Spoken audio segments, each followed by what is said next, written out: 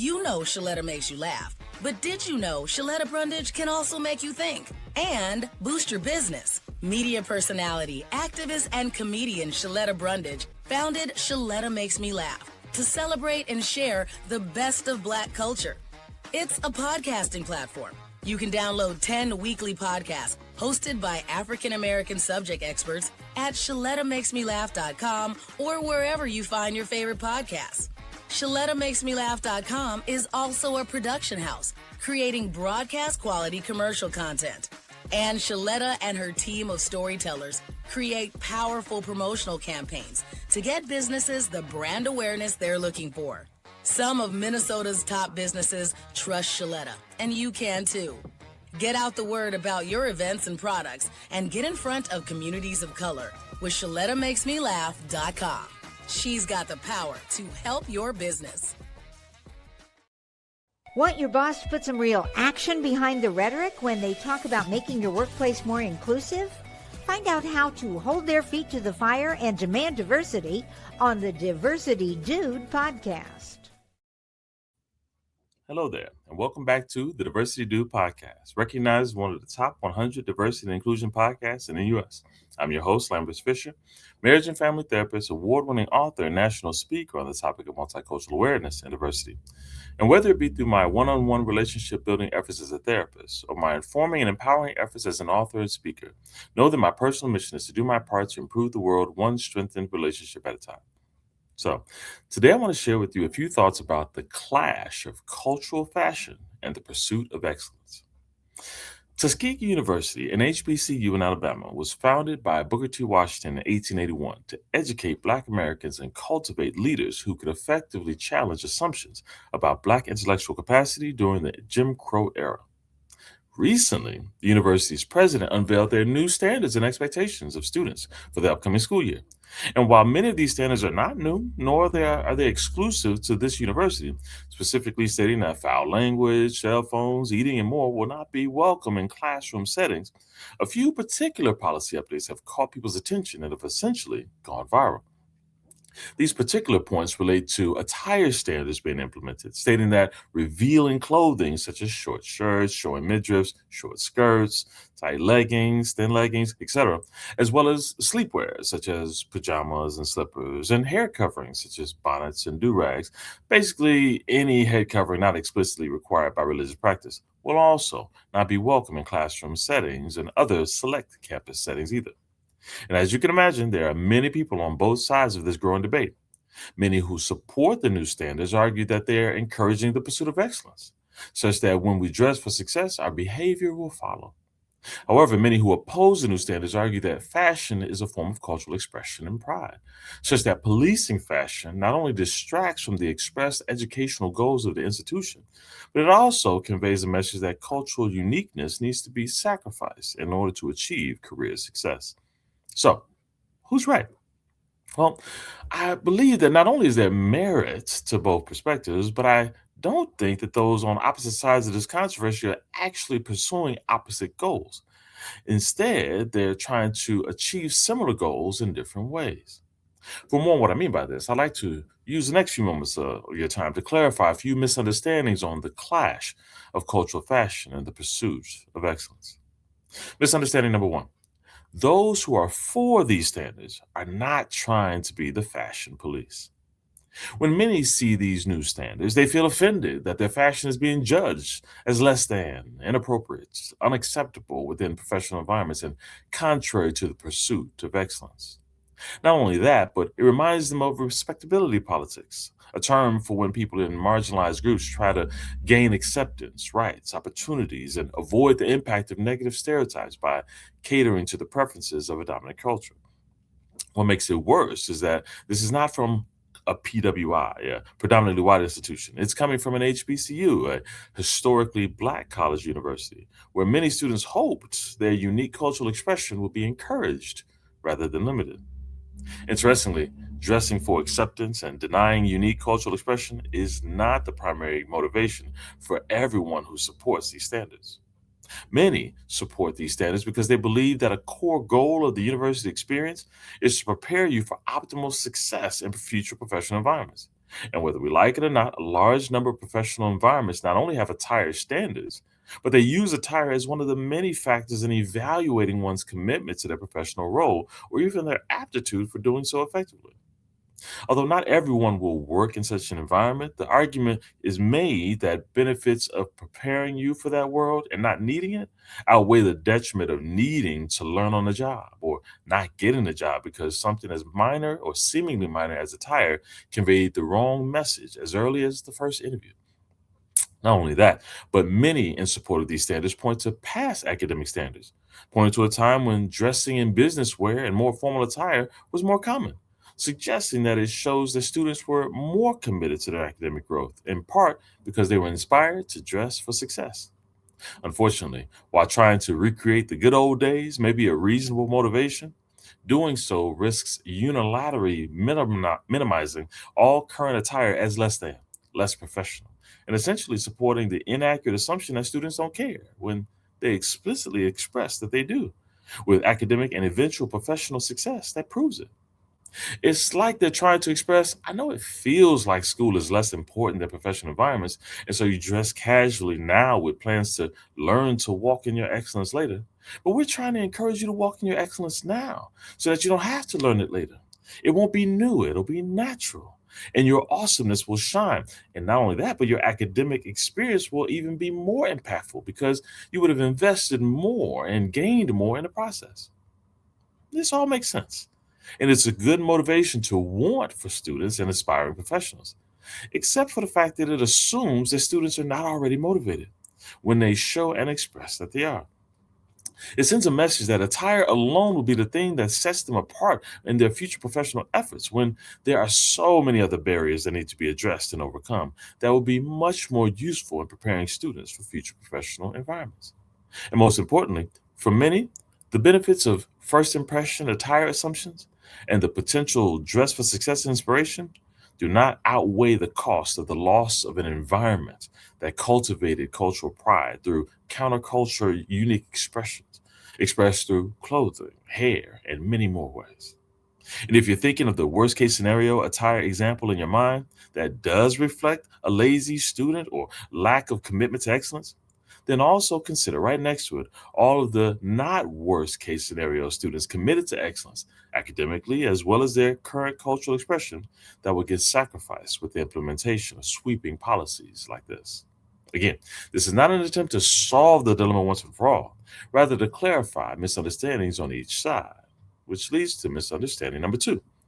Those who are against these standards are not promoting laziness or devaluing excellence. As I mentioned, it can be easy to say, I don't see what the problem is with the new attire standards. Because back in my day, we dressed more formally because it was a sign of respect for ourselves and our professors. And it was a sign that we valued the education that we were receiving and the professional excellence we were pursuing. And this can all be historically true, while simultaneously having the very little relevance today for so many students pursuing excellence in their professions.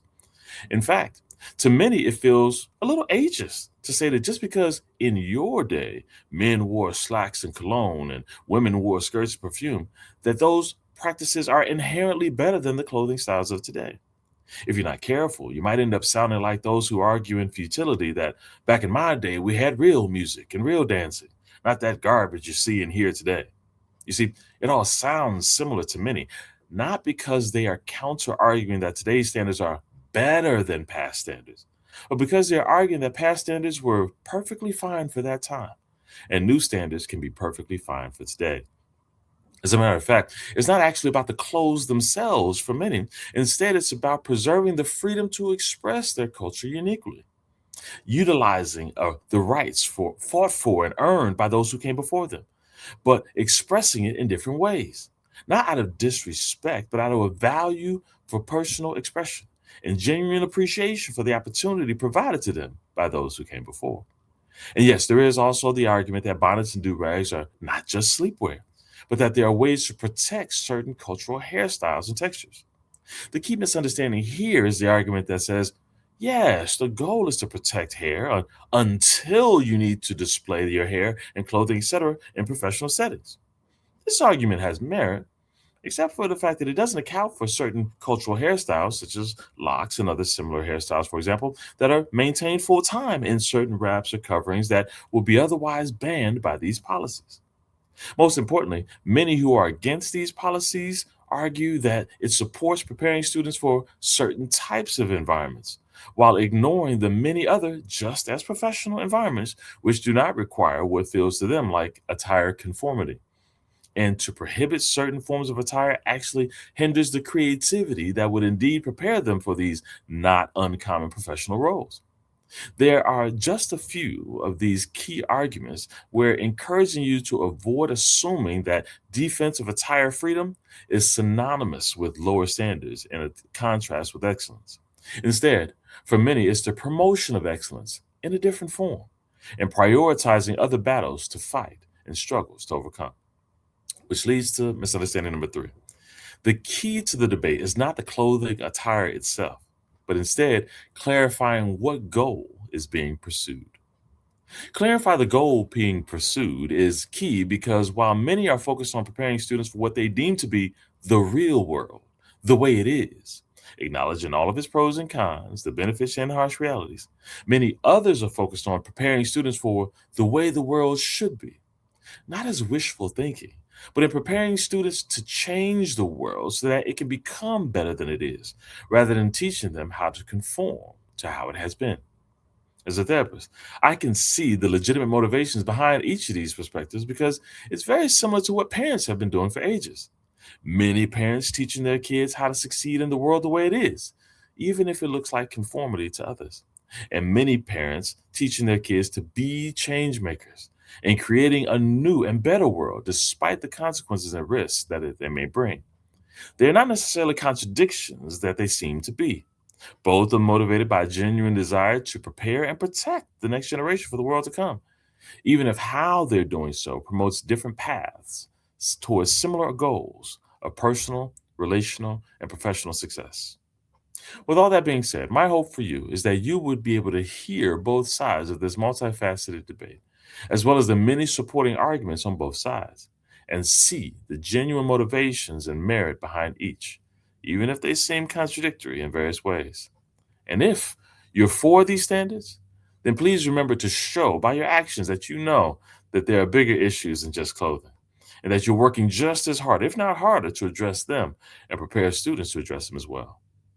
And if you are against these standards, then please make intentional efforts to show by your actions the variety of legitimate ways professionalism and excellence can truly be expressed, with results that compel people to appreciate rather than resent.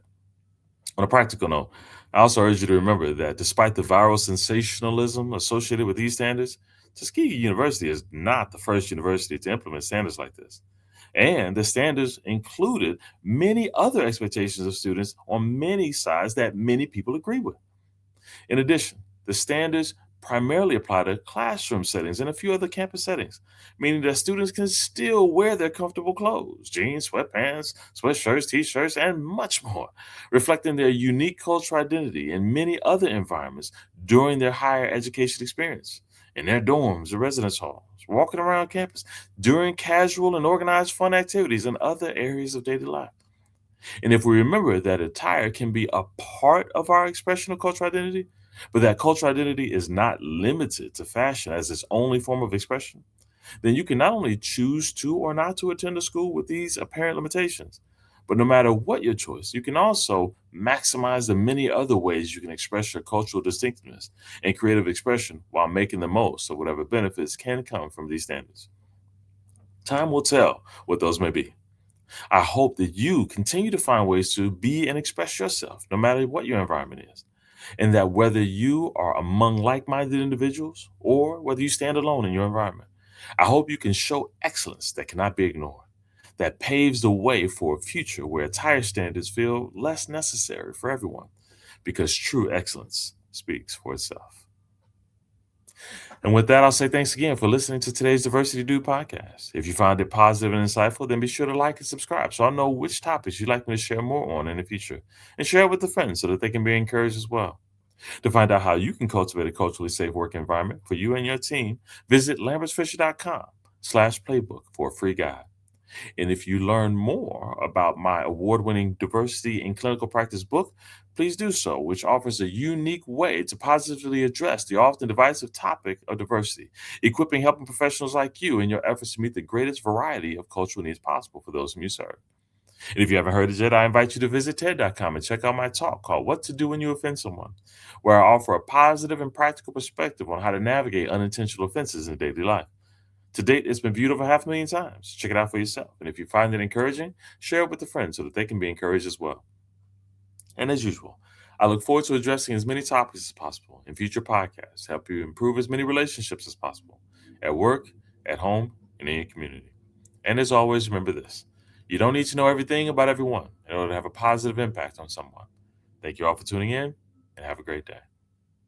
Tune in each week and find out how to demand and implement diversity at your job. To hear more, check out previous Diversity Dude shows on ShalettaMakesMeLaugh.com. Welcome to Old National Bank. I understand you're all about protection. Well, we protect you in all kinds of ways, with advanced fraud monitoring and secure digital banking to protect you today, and with dedicated personal bankers to protect your tomorrow. I'm impressed. Protection for today and tomorrow. Could I just... Oh, go for it. Old National Bank. Just another reason to get old. Where'd you get this? It came with my couch. Once upon a time, there was a business with dragons to slay. Trash that kept piling up and waste at every turn. I can help with that. Reducing waste is easy, you see. And the best part is that it's totally free. If only it were that easy. It's not magic. A real expert from Biz Recycling can help you find ways to reduce waste and save money at your business. Schedule a free site visit and get started today. We talk a lot about meeting people where they're at, and that's always had meaning to me, but earlier this year, that really took a new shape. I really value the fact that we have a space where people can come in and to receive these services, but not all people feel safe anymore. Coming out, going places, and just re-looking at what does it truly mean to meet people where they're at, and how do we effectively do that, has been a really big part of what this year has looked like for us. Sometimes we believe those lies, that we are no good, that maybe, this is all there is. And when I got sober, I realized, no, there's something more fighting for. And I'm out here every day fighting for it, for myself, for the women in my community, whom I love. But this Waymakers is a big part of that. So I'm just grateful. I'm so grateful. And I couldn't have done it without being sober, of course, and having the good support, because nobody can do it alone. Community means showing up for one another. For me, and I think for our community, because many across United Health Group will talk similarly about the support that we felt. I think it underscores to us the profound need and the profound importance of what it feels like when your community supports you. So it's with that the United Healthcare Foundation is very proud to announce $1 million of support for our community partners, the Washburn Center, Catholic Community Foundation of Minnesota, which includes the Annunciation Hope and Healing Fund, the Greater Minneapolis Crisis Nursery, and Minneapolis Foundations.